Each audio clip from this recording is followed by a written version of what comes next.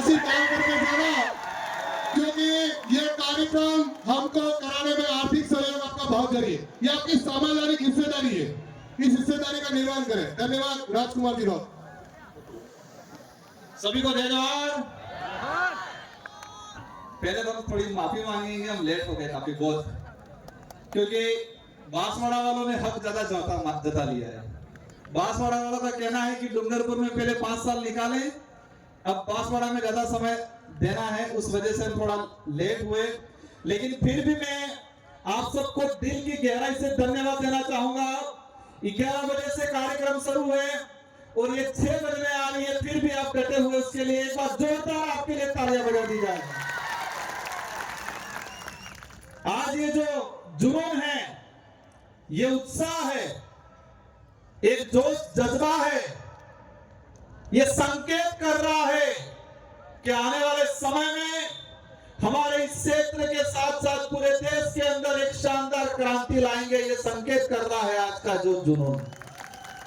साथियों, विश्व आदिवासी दिवस, ये जो दिवस है, ये हमारे लिए, इस देश के लिए, पूरे विश्व के लिए और मानव मात्र के लिए एक महत्वपूर्ण दिवस है। विश्व आदिवासी दिवस आज ये विश्व आदिवासी दिवस हमारे पूर्व वक्ताओं ने बता दिया होगा उसका कब घोषणा हुई, कब से मनाया जा रहा है, इसका उद्देश्य क्या है, और इतने समय में 1994 से लगा के आज तक कहां कहां मनाया गया, किसने मनाया गया, कौन रुचि ले रहा है, किस सरकार ने रुचि ली, इस दिवस का उद्देश्य किसने बताया, आप सब भली भांति जानते हो, पूर्व वक्ताओं ने बता दिया होगा। विश्व आदिवासी दिवस हमारी होली है, मान लो दिवाली है, आपका दूसरा कोई त्योहार है, सबसे बड़ा त्योहार विश्व आदिवासी दिवस का दिन है और सबसे बड़ा त्योहार है ये हमारे लिए आज। साथियों, वो दिन याद आ रहा है मुझे जब 2015 के अंदर 2016 में हम कलेक्ट्री गए थे, विश्व आदिवासी दिवस मनाना है, हमें कहीं जगह दिया जाए। तात्कालीन प्रशासन, तात्कालीन सरकार ने कहा नहीं मना सकते हो आप।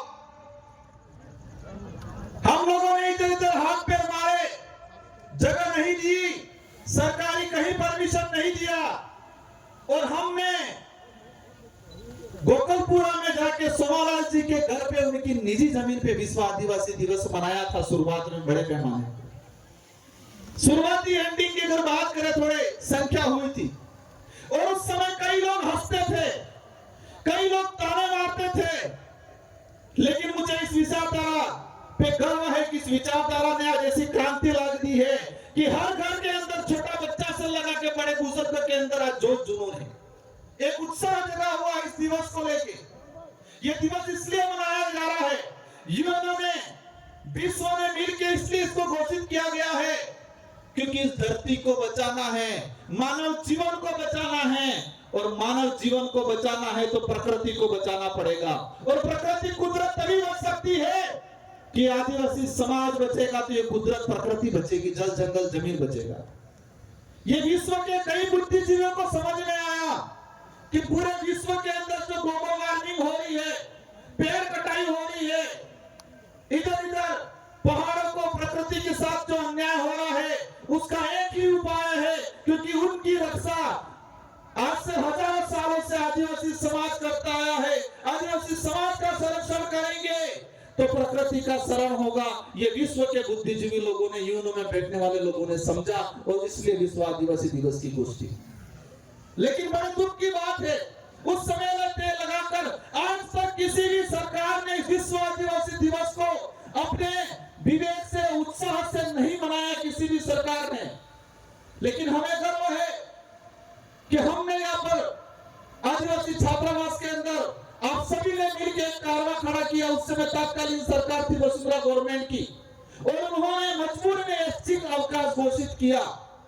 और 2018 में 84 और सागवाड़ा की जनता आप सबकी मेहरबानी से 2 विधायक जीत के गए, और 2 विधायकों की जीतने की वजह से हमने दमखम से, अशोक जी गहलोत से कहा, अगर आदिवासी हितैषी हो, उसके लिए कुछ कर सकते हो तो आदिवासी दिवस का राजकीय अवकाश घोषित किया जाए, मांग रखी और उनको मानना पड़ा। और 2018 में विश्व विश्व आदिवासी दिवस की सरकारी अवकाश किया गया 2019 के अंदर। कुछ लोग कहते हैं क्या किया, क्या उपलब्धि, ये बहुत बड़ी उपलब्धि है हमारे लिए, हमारी आइडेंटिटी, हमारे अधिकारों की रक्षा। यूएन ने जो विश्व आदिवासी दिवस घोषित किया गया था उसको राजकीय अवकाश घोषित कराया। पूरे राजस्थान के अंदर कर्मचारियों के माता पिता आज पूछ रहे हैं, आज स्कूल क्यों नहीं गया, आज हॉस्पिटल में क्यों नहीं गया, किसकी छुट्टी है। हर कर्मचारी अपने माँ बाप को जवाब दे रहा है, वो किसी भी समाज का हो, कह रहा है कि आदिवासी दिवस है आज। पूरे राजस्थान के अंदर हर माँ बाप पूछ रहा होगा, बच्चे पूछ रहे होंगे उनके पिताओं से कि आज किसकी छुट्टी है। तो आज विश्व आदिवासियों का दिवस है, इसलिए छुट्टी है। ये हमारी बहुत बड़ी उपलब्धि हुई है और इसकी वजह से आसपास के जितने जो राज्य है, मध्य प्रदेश, महाराष्ट्र, छत्तीसगढ़, झारखंड, सभी राज्यों के अंदर राजकीय अवकाश घोषित किया। वो आप लोगों की बदौलत, आप लोगों ने संघर्ष किया, इसलिए आज देश के अंदर जो हालात बने हुए हैं। अभी मैं आ रहा था गाड़ी के अंदर, एक चीज मैंने देखा, राजस्थान में भाजपा की सरकार है। मैं इस मंच से पॉलिटिकली भाषण नहीं देना चाह रहा, लेकिन जो आज के दिन में आदिवासी समुदाय के साथ जो धोखा हुआ है, राजस्थान के मुख्यमंत्री जी ने अपने ट्विटर हैंडल से विश्व आदिवासी दिवस की शुभकामना पोस्ट की।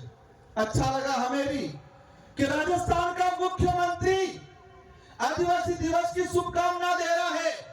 ये कोई मामूली दिवस नहीं है, ये उन्होंने घोषित किया है।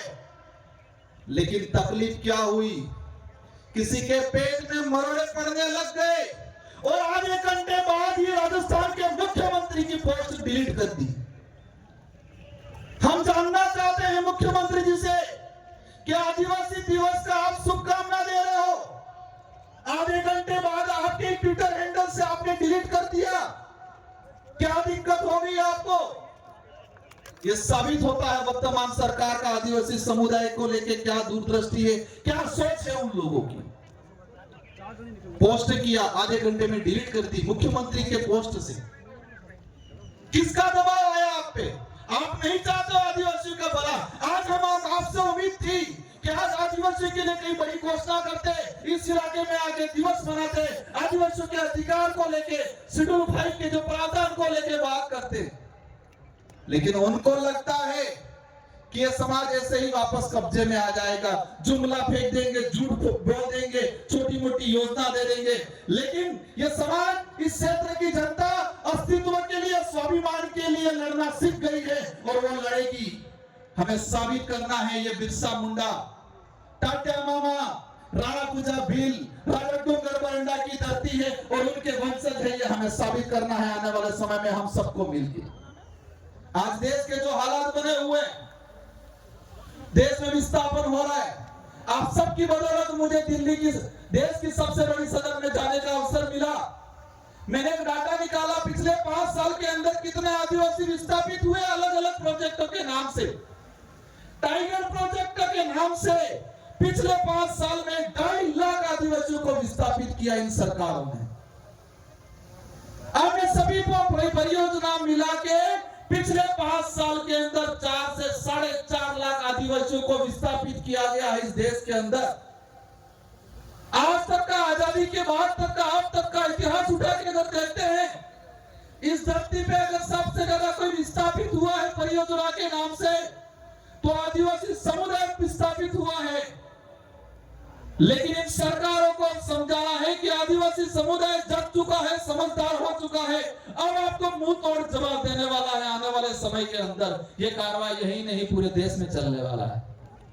साथियों, एक बात और मैंने देखी, हमारा जो इतिहास है आजादी से पहले का, मानगढ़ हत्याकांड देख लो, बिरसा मुंडा का आंदोलन देख लो, देश के कई कोनों में आदिवासी महापुरुषों ने जल जंगल जमीन की, स्वाभिमान की, हक अधिकार की लड़ाई लड़ी, लाखों लोग मारे गए।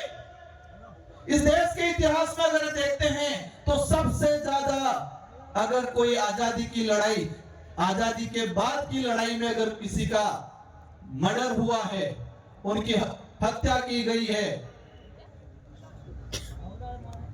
तो आदिवासी समुदाय की गई है। आजादी की लड़ाई में सबसे ज्यादा अगर किसी शहीद हुआ है तो आदिवासी समुदाय हुआ है। अन्य समुदाय भी हुए हैं। हम किसी पे कटाक्ष नहीं करना चाहते, लेकिन संख्या की बात करें तो आदिवासी समुदाय की सबसे ज्यादा संख्या है। लेकिन साथियों, इस देश में बच्चों को पाठ्यक्रम पढ़ाया जाता है, छठी क्लास हो, 12वीं क्लास हो, एनसीईआरटी की किताब हो, सीबीएसई की, सीबीएसई की हो, या किसी भी गवर्नमेंट राजस्थान सरकार देश के अन्य राज्यों का सिलेबस है, देश का जो सिलेबस है, इन सारे सिलेबसों के पाठ्यक्रम में मैंने एक बात देखी, आदिवासियों का इतिहास कहीं नहीं पढ़ाया जाता है। अभी एनसीईआरटी ने कई चेंजिंग किए हैं। आदिवासियों का जो बचा कुचा कुछ इतिहास था, उस इतिहास को सिमट दिया गया। हमारे संत सुरमाल महाराज की आंदोलन हो, गोविंद गुरु महाराज का आंदोलन हो, साथियों की बात याद आ गई। अभी कुछ लोग ये कह रहे हैं माहौल बिगड़ गया है इस इलाके के अंदर। मैं जो उपद्रवी बचाने करने वाले, किसी को लड़ाई झगड़ा करने वाले, पी के मारपीट करने वाले, पत्थर मारने वालों के पक्ष में कतई नहीं हूं और नहीं रहूंगा। और मैंने आज तक रिक्वेस्ट किया पुलिस प्रशासन से वैसे लोगों पे सख्त कार्रवाई की जाए। लेकिन एक बात बताना चाहूंगा आप लोग को, अभी एक माहौल बनाया जाता है मीडिया के माध्यम से कि माहौल बिगड़ गया है, माहौल बिगड़ गया है। बड़े बड़े नेता आके हमारे समाज पे लांछन लगाते हैं और कहते हैं माहौल बिगड़ गया है। माहौल बिगड़ा है। माहौल क्या बिगड़ा है? वो लूटते थे, लूटना बंद हो गया, वो माहौल बिगड़ा है। वो इस समाज को बेवकूफ बनाते थे, बेवकूफ बना के समाज को इकट्ठा करते थे, वोट लगते थे, वो माहौल बिगड़ा। वो माहौल बिगड़ा, उनका माहौल बिगड़ा है। बारी बारी से राज करते थे, वो माहौल बिगड़ा है। होती है घटनाएं कुछ, लेकिन मैंने प्रशासन को कहा है कि कहीं पर भी पत्थरबाजी हुई, वो आदमी कहां दारू पी के आया वो पता करो। किस सरकार के ठेके पे, सरकारी ठेके, रात की 10-10 बजे तक इकट्ठा रहता है, प्रशासन चुप रहता है। और हमने ये गोविंद गुरु महाराज, संत सुरमाल महाराज की धरती है।